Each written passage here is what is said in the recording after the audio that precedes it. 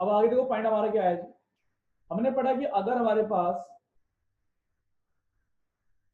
ऐसे करके कहानी है जी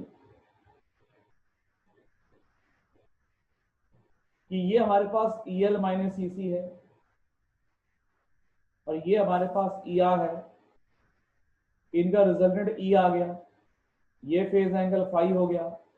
और हमने पढ़ा कि E बराबर आ गया अंडर रूट में किसके बराबर आया था जी, EL माइनस EC का होल स्क्वायर और प्लस में ER का स्क्वायर, राइट।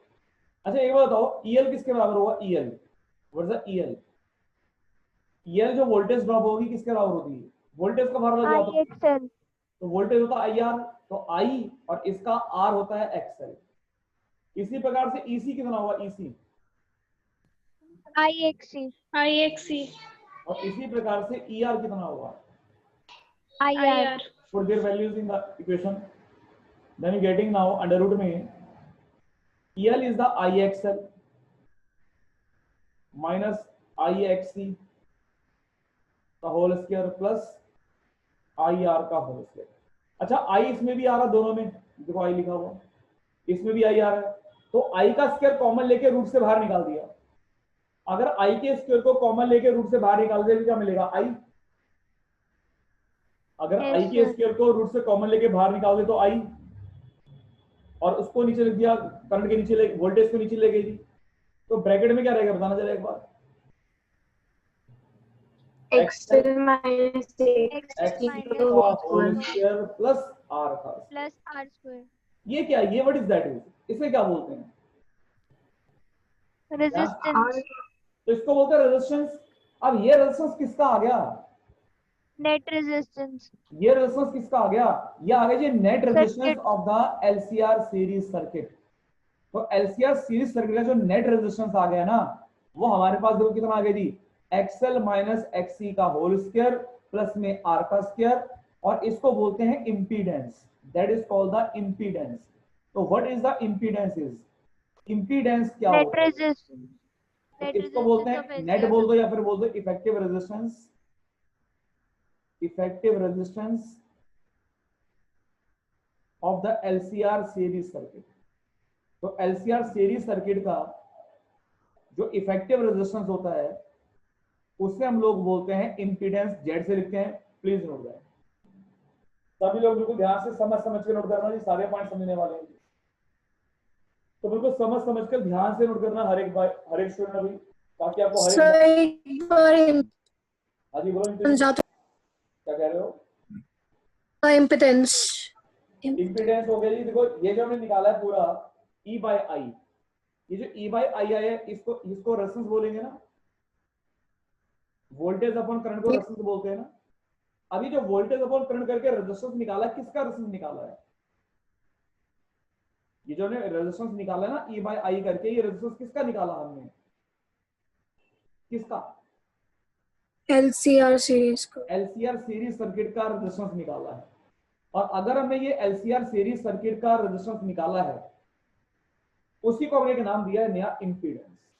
तो इंपीडेंस मींस कि अगर हमारे पास एक AC सर्किट होगा, ध्यान सुनना, अगर हमारे पास कैसा सर्किट होगा, एक AC सर्किट होगा और उसमें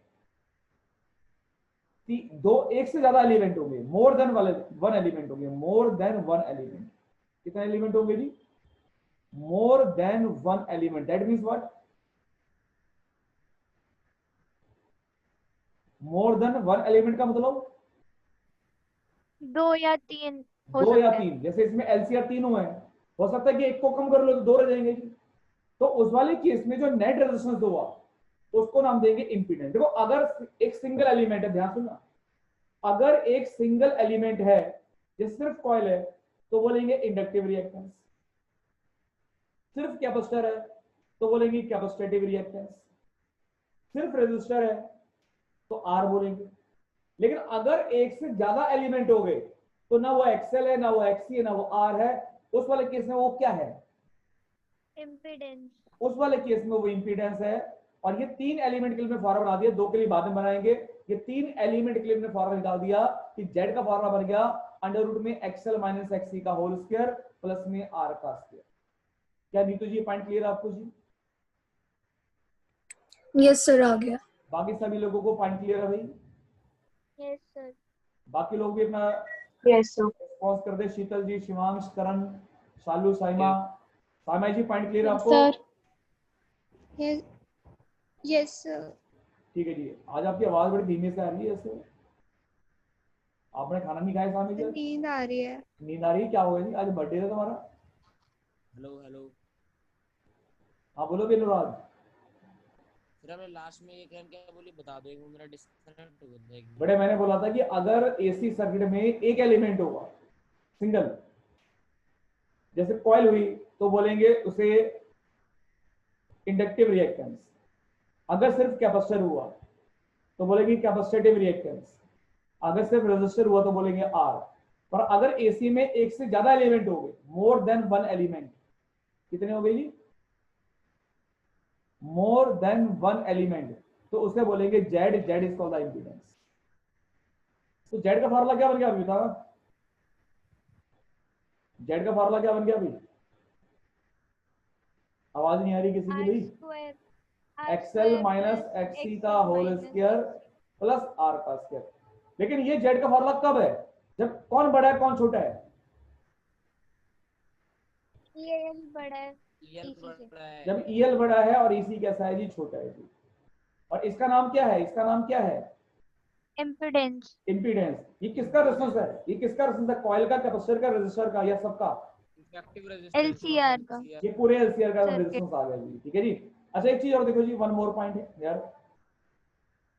कि ये हमारे पास था, ये हमारे पास था,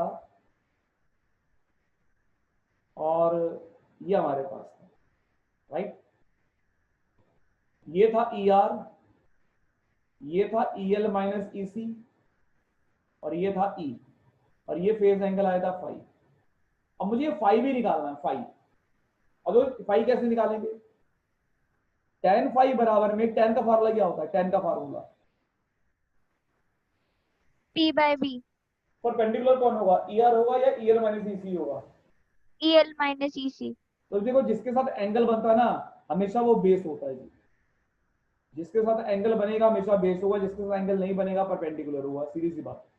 तो आपको मिलेगा EL माइनस EC अपॉन में ER। अच्छा अब आगे सुनो, EL का फार्मूला IXL, EC का फार्मूला IXC, ER का फार्मूला IR। सारे I कैंसिल कर दो, tan फाई का फार्मूला क्या बन गया? XL minus XC upon R. XL minus XC by R। Please note this. ये आगे की कितना फेज डिफरेंस होगा फाई, आप यहां से फाई निकाल सकते हो, या फिर आप फार्मूला ऐसे रख सकते हो कि फाई बराबर में tan इनवर्स XL माइनस में XC by R। Please note that. इसको सभी लोग एक बार नोट कर लो, सभी लोग समझ गए।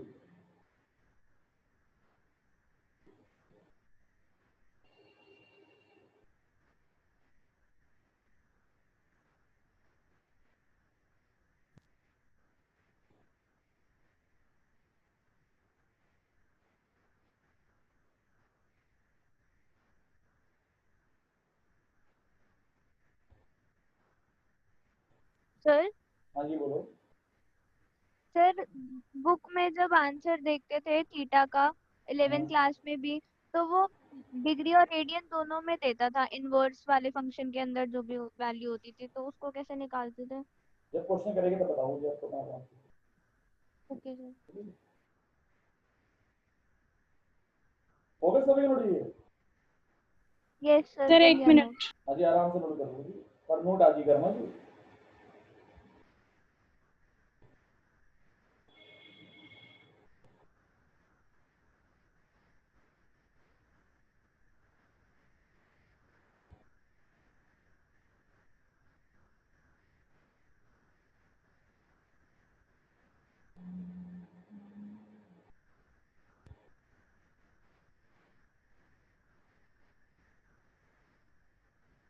सर हो गया।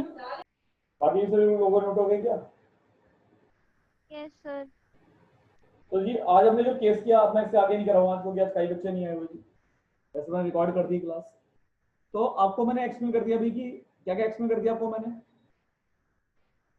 आपको मैंने एक्सप्लेन कर दिया कि भाई अगर एलसीआर सीरीज सर्किट हुआ तो नेट ईएमएफ को आप ईएल प्लस में ईसी प्लस में ईआर नहीं ले सकते। तो अगर आपको नेट ईएमएफ निकालने तो बनाना पड़ेगा फेजर डायग्राम। फिर फेजर डायग्राम कैसे बनाते हैं आपको मैंने इसको सिखाया जी। फिर उसके बाद हमने कंडीशन ली कि अगर ईएल बड़ा हुआ ईसी से, उस वाले केस में क्या हुआ?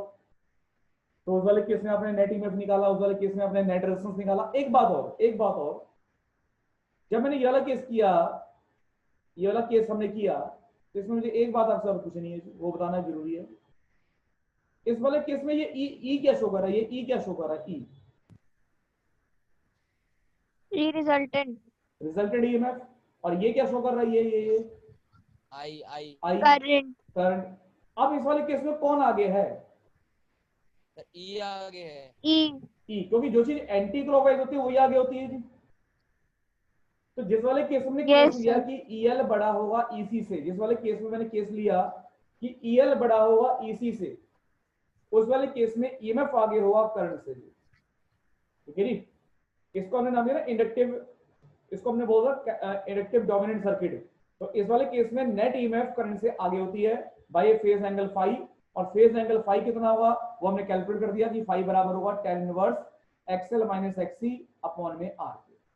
क्या सभी को पॉइंट क्लियर है भैया? Yes sir. ठीक है जी। तो ठीक है जी, इसके आगे की कहानी करेंगे हम लोग फिर नेक्स्ट क्लास में परसों। तो आपने ये दोबारा से एक बार ढंग से पूरा पढ़ लेना, रिवाइज कर लेना, और इसकी रिकॉर्डिंग में डाल दूंगा कल, ताकि बाकी बच्चे भी इसको देख लेंगे। तो बाकी मिलते हैं नेक्स्ट क्लास में कल परसों। टिल देन गुड बाय, शब खैर, शुभ रात्रि, सायनारा, टिंग टोंग, bye bye. Thank you sir. Welcome.